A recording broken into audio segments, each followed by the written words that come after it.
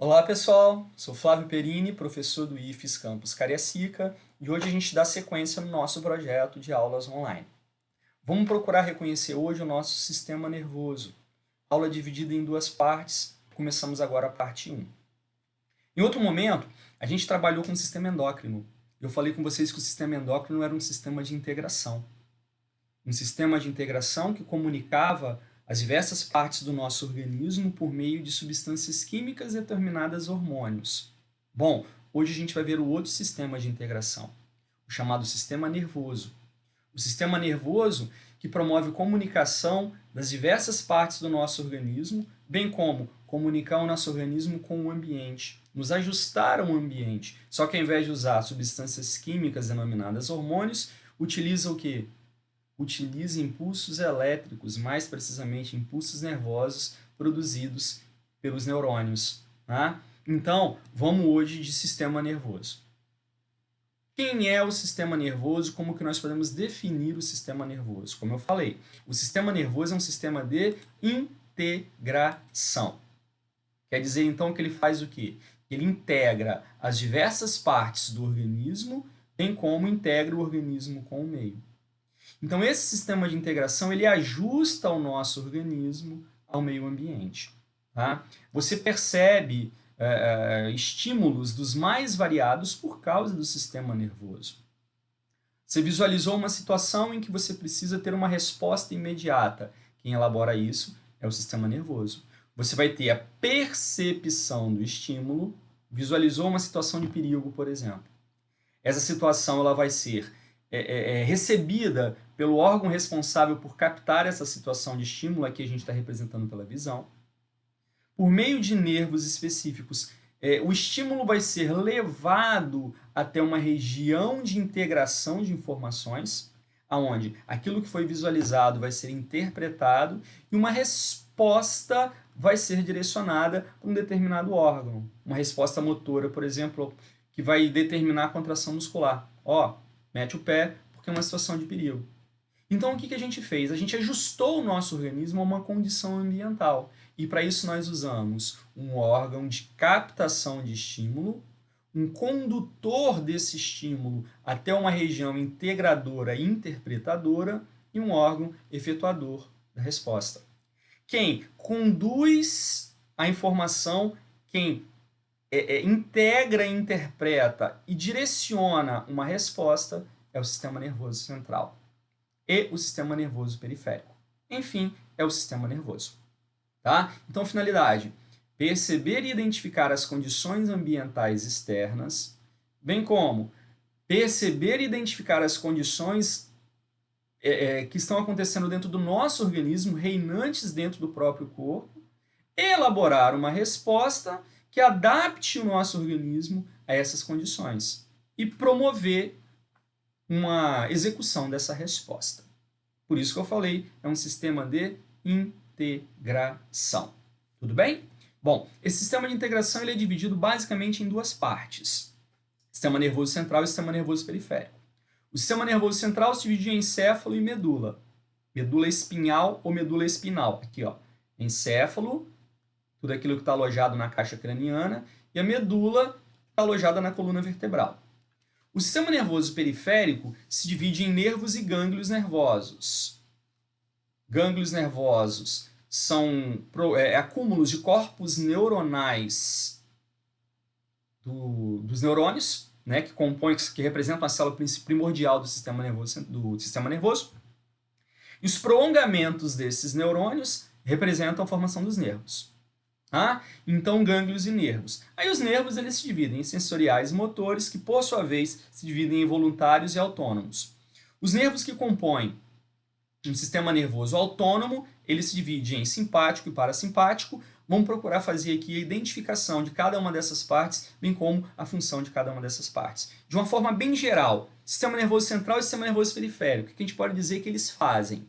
O central ele é responsável por interpretar as informações captadas pelos órgãos sensoriais, elaborar as respostas adequadas, enviando elas aos órgãos efetuadores.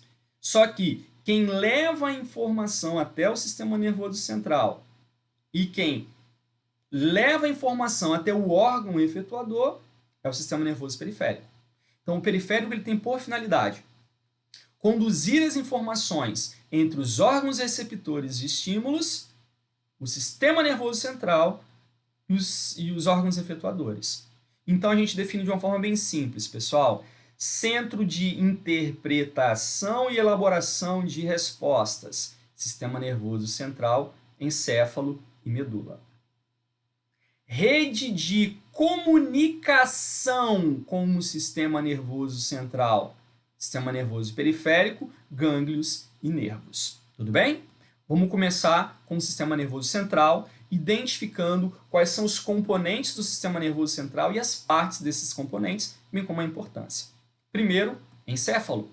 Bom, o encéfalo é uma região que está ali alojada na caixa craniana, protegido pela caixa craniana, e que vai apresentar basicamente alguns constituintes. Ele é dividido em regiões, dividido em partes. Primeira parte do encéfalo que a gente vai destacar é essa parte mais desenvolvida aqui, ó. A parte mais desenvolvida, cérebro, também chamado de telencéfalo. Aí depois dessa parte mais desenvolvida, depois do cérebro, nós temos essa regiãozinha aqui no meio, chamada de diencéfalo, composto por dois segmentos, o tálamo e o hipotálamo. Então, diencéfalo, composto por tálamo e hipotálamo. Hipotálamo que foi inclusive falado na aula de sistema endócrino, né? Abaixo do hipotálamo, nós vamos ter o mesencéfalo. Abaixo do mesencéfalo, nós vamos ter a ponte, essa região dilatada aqui é a ponte. E abaixo da ponte, o bulbo raquidiano ou medula oblonga. O conjunto mesencéfalo, ponte e bulbo nós chamamos de tronco encefálico. Atrás do tronco encefálico, cerebelo. Beleza? Então, compondo o encéfalo, cérebro, tálamo e hipotálamo, que fazem parte do diencéfalo, mesencéfalo, ponte e bulbo, que em conjunto formam o tronco encefálico, e o cerebelo. Tudo bem? Bom, a medula espinhal vai ser um longo canal, um longo cordão nervoso maciço, que se aloja dentro do canal vertebral, que é um canal que vai existir na coluna vertebral. A coluna vertebral é essa formada pelo acúmulo das vértebras, pela superposição das vértebras. Então, vai se prolongar ao longo de praticamente todo o nosso corpo, até a região sacral. Tá? Então, isso vai caracterizar a medula espinhal. Eu peguei um pedacinho aqui, cortei, aumentei para a gente visualizar aqui uma vértebra. Ó. Isso aqui é uma vértebra, osso. Tá? Entre uma vértebra e outra, nós temos uma proteção cartilaginosa, chamado disco intervertebral. Tudo bem? E aí essa vértebra ela vai apresentar um buraquinho, aonde a medula, aqui está a medula, ó, ela vai se inserir nesse buraquinho. Uma vértebra vai se superpor a outra vértebra e assim por diante, formando então a coluna e no seu meio alojado a medula espinhal. Tá? Aqui, ó, que a gente pegou só a medula espinhal. Peguei aqui a medula, fiz um cortezinho aqui da medula e trouxe para cá. A medula espinhal, como eu falei, é um cordão nervoso maciço, ó, tá? Que vai sempre ter, chegando a ela, nervos. Tá? Não falamos que os nervos levam a informação para o sistema nervoso central? Então, em geral, os nervos, chamados nervos raquidianos, que são os nervos que se ligam à medula, eles chegam na medula, a informação passa para a medula e vai para o encéfalo. No encéfalo ela é processada, depois volta pela medula e o nervo leva a informação para o órgão efetuador. Né? Então, dessa maneira, a gente tem o quê? Uma integração. Sempre chegando à medula, então, nós vamos encontrar nervos. Tá? Aqui, ó, aqui a gente tem um nervo que chega à medula, nervo raquidiano, nervo espinhal, dando mesmo. Né? Aqui a gente tem um nervo. Quando esse nervo vai se inserir na medula, ele sempre se divide em duas raízes. Uma raiz posterior e uma raiz anterior. A raiz posterior é uma raiz sensitiva, A raiz anterior é uma raiz motora. Então, quando o impulso nervoso ele chega pelo nervo espinhal, ele está chegando, ele vai chegar aqui por trás, na raiz sensitiva, passa para a medula, vai até o encéfalo, vem uma resposta que desce pela raiz motora e depois vai ser executada pelo órgão executador, o órgão executador da resposta. Tudo bem? Dessa maneira, então, a gente tem a medula espinhal como sendo o quê? Uma unidade de comunicação com o encéfalo. Tanto a medula espinhal quanto o encéfalo estão protegidos por alguns componentes que fazem parte da proteção do sistema nervoso central. E aí a proteção do sistema nervoso central envolve caixa craniana para proteger o encéfalo, coluna para proteger a medula e as meninges. As meninges que promovem a proteção tanto do encéfalo quanto da medula. Tudo bem? São 3 meninges: dura mater, aracnoide e pia mater. Então vamos separar aqui cada um desses componentes. Encéfalo, protegido pela caixa craniana, osso, e protegido pelas meninges. Como eu falei, são 3 meninges. Aqui mais externamente ao sistema nervoso central, mas colado no osso, na caixa craniana, nós temos a chamada dura mater. Colado com o sistema nervoso central, no caso aqui com o cérebro, essazinha aqui de dentro, essa pelezinha aqui, pia mater, e entre a dura mater e a pia mater, a aracnoide. Vamos aumentar aqui. Aumentei, aqui está o osso. Claro que acima do osso vem os outros componentes que compõem o nosso organismo, né? Pele, couro cabeludo, e vai embora, né? Então aqui acima do osso, tem um periósteo, que é um tecido que reveste o osso, promove a nutrição do osso. Acima do periósteo tem uma aponeurose, um tecido protetor de alta resistência. E depois vem a pele com couro cabeludo, pelos, tá? Então abaixo do osso, a dura mater,essazinha aqui que está representada nesse azul, seria essa aqui. Abaixo da dura mater, a aracnoide, essa aqui. E abaixo da aracnoide, a pia mater. O que eu quero que você preste atenção? Olha aqui, entre a aracnoide e a pia mater tem esse espaçozinho aqui, Tá vendo? Esse espaço aqui recebe o nome de espaço subaracnoide. Espaço subaracnoide. Esse espaço subaracnoide ele é preenchido por um líquido. Líquido cefalorraquidiano ou líquor. Esse líquido ele nutre, protege, promove uma proteção dessas meninges, na verdade, do sistema nervoso central, do encéfalo, da medula, das regiões que essas meninges estão recobrindo. Tá? Então, um líquido protetor sempre situado entre pia mater e aracnoide. Beleza? Então, na verdade, a proteção ela é feita não só pelos ossos e pelas membranas. Ela é feita pelos ossos, pelas membranas e pelo líquido. Tudo bem? Só para fazer uma associação, meningite. Meningite é a infecção das meninges.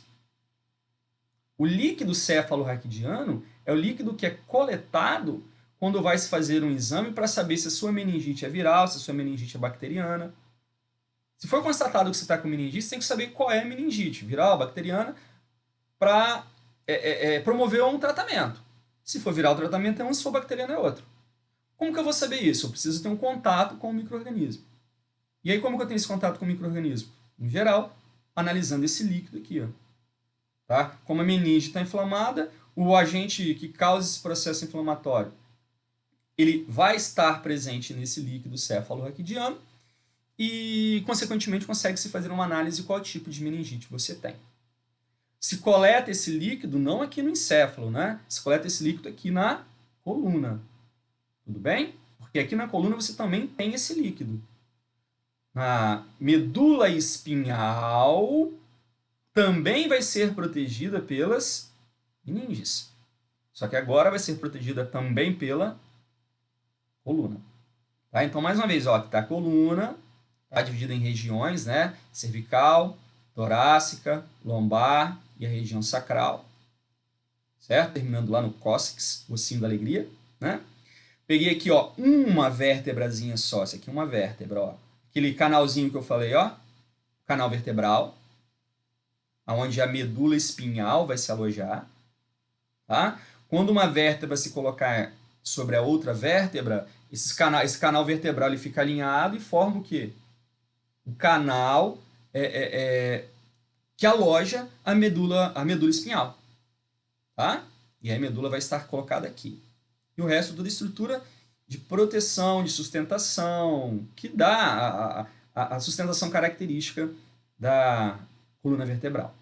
Ó, entre uma vértebra e outra, olha aqui em cima, ó, tem um disco intervertebral, um disco cartilaginoso, cartilagem muito resistente, uma cartilagem fibrosa, que promove um amortecimento entre as vértebras, promove uma proteção das vértebras. Tá? E lá no meio do canal vertebral, nós vamos ter a medula. Só que essa medula protegida também pelas meninges. Ó. Aqui está a medula e aqui tem ó, pia mater, aracnoide, dura mater. Entre a pia mater e a aracnoide, o espaço subaracnoide com o líquido cefalorraquidiano.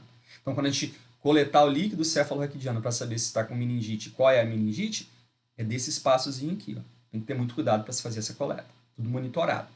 Tá? Cada um dos componentes do encéfalo vai ter um papel específico. Vamos procurar reconhecer os constituintes encefálicos e suas importâncias. Lembrando que os constituintes encefálicos são o que mesmo? Cérebro, diencéfalo composto por tálamo e hipotálamo, mesencéfalo, ponte e bulbo, que formam o tronco encefálico, e o cerebelo. Tá? Vamos começar com o telencéfalo, o cérebro. Olha aqui a representação dele. É a porção mais desenvolvida, mais dilatada do encéfalo. O cérebro ele vai compor de 85% a 90% da massa encefálica presente aqui, ó, na caixa craniana. Note que ele não tem uma superfície lisa, ele tem uma superfície toda cheia de dobras e reentrâncias. Essas dobras e reentrâncias são chamadas de circunvoluções cerebrais, ou giros. Essas circunvoluções cerebrais ou giros, elas têm por finalidade promover o quê? Uma maior superfície de contato cerebral. Essas dobras, elas permitem que haja uma maior concentração de células nervosas neste espaço. Resultado, maior superfície cerebral, consequentemente maior capacidade encefálica, maior capacidade cerebral. Nota aqui, no esqueminha aqui, nesse azulzinho aqui, ele é dividido em dois pedaços, ó, ou melhor, dois hemisférios. Hemisfério direito e hemisfério esquerdo. Esses dois hemisférios eles estão unidos por uma peça chamada corpo caloso. Tá? O cérebro, por dentro, vamos colocar assim, fiz um corte do cérebro, está aqui o cérebro, cortei ele, estou analisando a sua estrutura interna. Né? Ele vai apresentar as células nervosas se organizando de duas maneiras. Concentrando corpos celulares e concentrando prolongamentos celulares. As regiões em que os corpos celulares das células nervosas que compõem o cérebro, compõem o encéfalo, se concentram, ela representa o que nós chamamos de substância cinzenta e sempre vai estar aqui por fora, ó, o que nós chamamos de córtex cerebral. A região em que houver um acúmulo de prolongamentos neuronais vai apresentar uma coloração branca e vai formar a substância branca mais central no cérebro, no encéfalo. Então, a massa cerebral ela é dividida em duas regiões básicas, ou duas substâncias, vamos colocar assim, a substância branca e a substância cinza. A substância branca ela é representada no meio, região mais interna. Ela é formada de quê? Prolongamentos neuronais. As neurofibrilas, ó, dendritos e axônios são os prolongamentos de um neurônio. Tá? Tem essa coloração esbranquiçada até mesmo por causa da bainha de mielina lá dos axônios. Finalidade: vai levar a informação para ser analisada no córtex ou para ser depois direcionada para a medula. Essa informação ela é analisada no córtex, ou seja, analisada pelos corpos celulares dos neurônios. Então, aqui nos corpos celulares neuronais, nós vamos observar o córtex, substância cinza.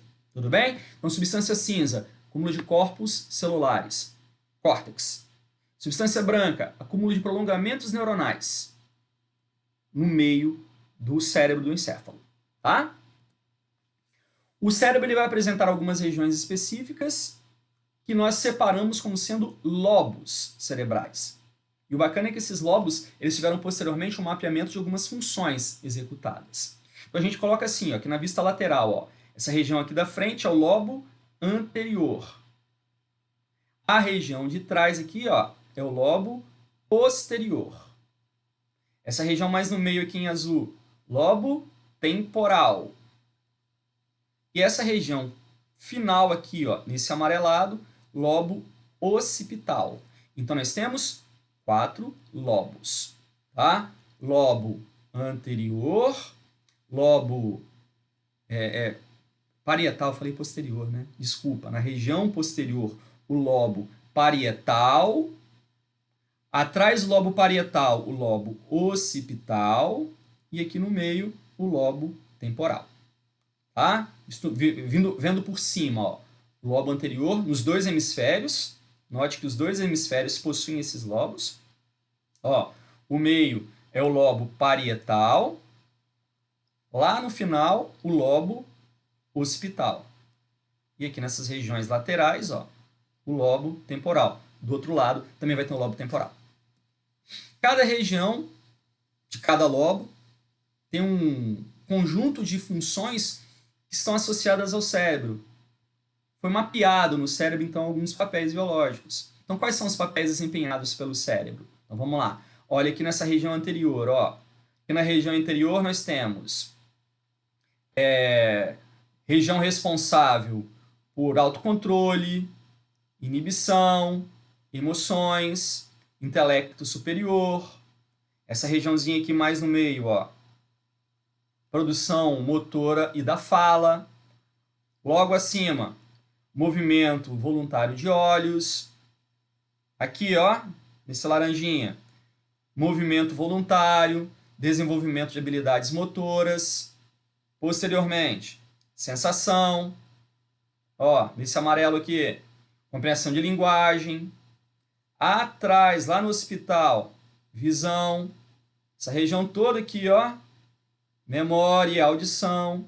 Então, nós temos algumas funções que foram mapeadas pelo cérebro e que aqui estão descritas. De uma forma bem ampla, note, o cérebro ele é responsável por movimentação, movimentos voluntários, tanto do corpo quanto de olhos.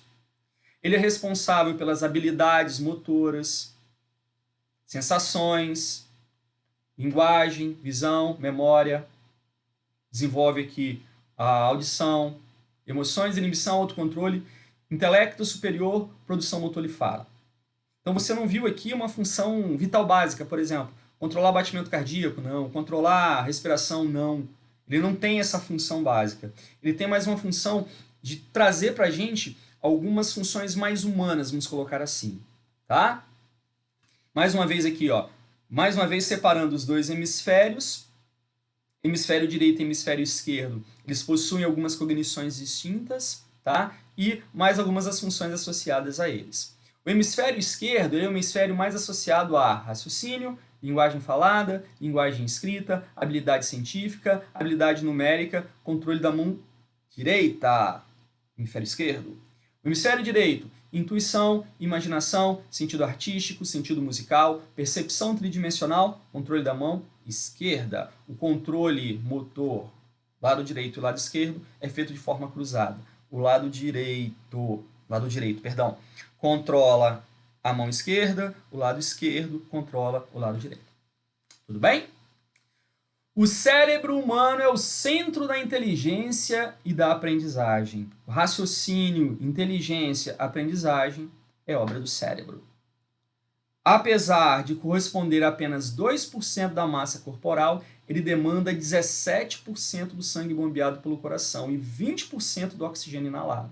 Ou seja, pessoal, é a região do nosso corpo que necessita de maior metabolismo, que necessita de maior atividade metabólica, e que tem, melhor dizendo, uma maior atividade metabólica. Então necessita de mais energia, necessita de mais oxigênio. Tá? O diencéfalo ele vai ser composto, como nós falamos, pelo tálamo e pelo hipotálamo. Então vamos lá. Tálamo. O tálamo, aqui, ó, destacado nessa região, é uma estação retransmissora de estímulos para o córtex. De uma forma bem ampla, isso que a gente pode colocar como sendo a principal função do tálamo. Estação integradora e retransmissora de impulsos nervosos para o córtex. Ou seja, aquelas informações que chegam no encéfalo e que devem alcançar o córtex cerebral, primeiro passam pelo tálamo. E ele faz o quê? Ele direciona essas informações às regiões apropriadas do cérebro, aonde elas serão processadas. Tá? Chegou um estímulo para a visão. O que o tálamo faz? Direciona para o lobo occipital. O lobo occipital é que vai ser o responsável pela visão. Chegou o estímulo da audição. O que o tálamo faz? Direciona para o lobo parietal. Chegou um estímulo motor. Direciona para a região específica do cérebro que vai realizar o controle motor. Tá? Então, todas as mensagens sensoriais, exceto as do olfato, passam pelo tálamo antes de alcançar o córtex cerebral. Estação retransmissora de estímulos. Também foi percebido que ele atua na regulação do estado de consciência, alerta e atenção. Hipotálamo, a gente falou lá na aula de sistema endócrino. O hipotálamo é extremamente importante para quê? Para a homeostase corporal. Ele regula, promove uma regulação das condições internas do nosso organismo. Isso que é homeostase, né? Uma manutenção de equilíbrio interno das diversas funções fisiológicas do nosso corpo. E o hipotálamo ele tem uma participação nessa homeostase. Tá? Atua no controle de temperatura, controle do apetite. Vou tomar um moderador de apetite. Se esse moderador de apetite que você está tomando afeta o sistema nervoso, ele vai afetar o hipotálamo. Controla o equilíbrio hídrico. Nós vimos isso por meio de quem? Do hormônio ADH, que ele produz e quem secreta é a hipófise. Principal centro de expressão emocional e do comportamento sexual. Participa da ativação de diversas glândulas produtoras de hormônios. Nós vimos que ele controla a atividade da hipófise. E a hipófise, por sua vez, controla a atividade de outras glândulas. Então, ele é um centro regulador de glândulas. Tudo bem? Mesencéfalo. O mesencéfalo, aqui, nesse marronzinho aqui, é uma região que não teve aí um conjunto de funções muito específicas sendo descritas, mas o que nós podemos reconhecer a respeito do mesencéfalo? Ele tem uma participação, principalmente, na coordenação das informações sobre o grau de contração dos músculos, o que a gente chama de tônus muscular, e sobre a postura corporal. Então, ele participa da manutenção da postura, ele participa do tônus muscular e, consequentemente, está ligado à nossa movimentação. Tá? Ponte. A ponte, ela faz uma comunicação entre o cérebro, as informações provenientes do cérebro e as informações provenientes do cerebelo. Tá? Então, ele é uma ponte de comunicação, vamos colocar assim. Tá? Constituída principalmente por fibras nervosas que ligam o cérebro, o córtex cerebral, ao cerebelo. O cerebelo a gente vai observar que ele é responsável principalmente por quem? Equilíbrio, postura. Então a ponte vai ter essa participação. Tá? Postura corporal, equilíbrio, tônus muscular, exatamente porque ela está interligada com o cerebelo e com o córtex cerebral, que a gente viu que é ligado aos movimentos. Além disso, coordenação de movimentos de olhos, pescoço e de outras partes do organismo. Ela coordena a movimentação dessas regiões. O bulbo raquidiano. O bulbo raquidiano aqui, esse roxinho aqui. Bom, o bulbo raquidiano está relacionado ao controle de algumas funções vitais essenciais à nossa sobrevivência. Tá? Funções essas que eu posso citar aqui, por exemplo, regulação do batimento cardíaco, é o bulbo. Regulação dos movimentos respiratórios, é o bulbo. Regulação do peristaltismo, movimentos peristálticos, bulbo. Controlar a deglutição, o ato de engolir, é o bulbo. Então, algumas funções vitais, algumas funções que sem elas nós não sobrevivemos, é o bulbo raquidiano que faz. Tá? Procure lembrar disso, porque nos outros sistemas, principalmente sistema cardiovascular e sistema respiratório, se fala bastante do bulbo, porque ele está relacionado ao controle dessas funções. Tudo bem? Bom, cerebelo para fechar os componentes do encéfalo. O cerebelo é o principal responsável pelo equilíbrio corporal. Você consegue andar de bicicleta por causa do cerebelo. Ele atua promovendo uma integração de informações. Informações provenientes do ouvido. Lembrem que a orelha interna ela é responsável pelo nosso equilíbrio. Então, ela manda essas informações para o cerebelo. Informações visuais, posicionamento das coisas interfere no nosso equilíbrio. Tá? Diversas partes do encéfalo, da medula espinhal, recebem essas informações. Ele recebe, essas informações. Diversas partes do encéfalo, da medula espinhal. Recebe informações da posição das articulações, do grau de contração dos nossos músculos. Depois que ele junta tudo isso, o que ele faz? Ele associa o posicionamento do nosso corpo, orienta a nossa postura e, consequentemente, vai permitir a manutenção do nosso equilíbrio. Então ele é vamos colocar assim, um integrador de informações de várias outras partes para principalmente manter o equilíbrio corpóreo. Tudo bem? Dessa maneira, nós fechamos a primeira parte, essa primeira parte que trabalhou basicamente com o encéfalo, e no próximo momento nós trabalhamos com a segunda parte do sistema nervoso. Tudo bem? Galera, muito obrigado e espero vocês para a próxima. Valeu!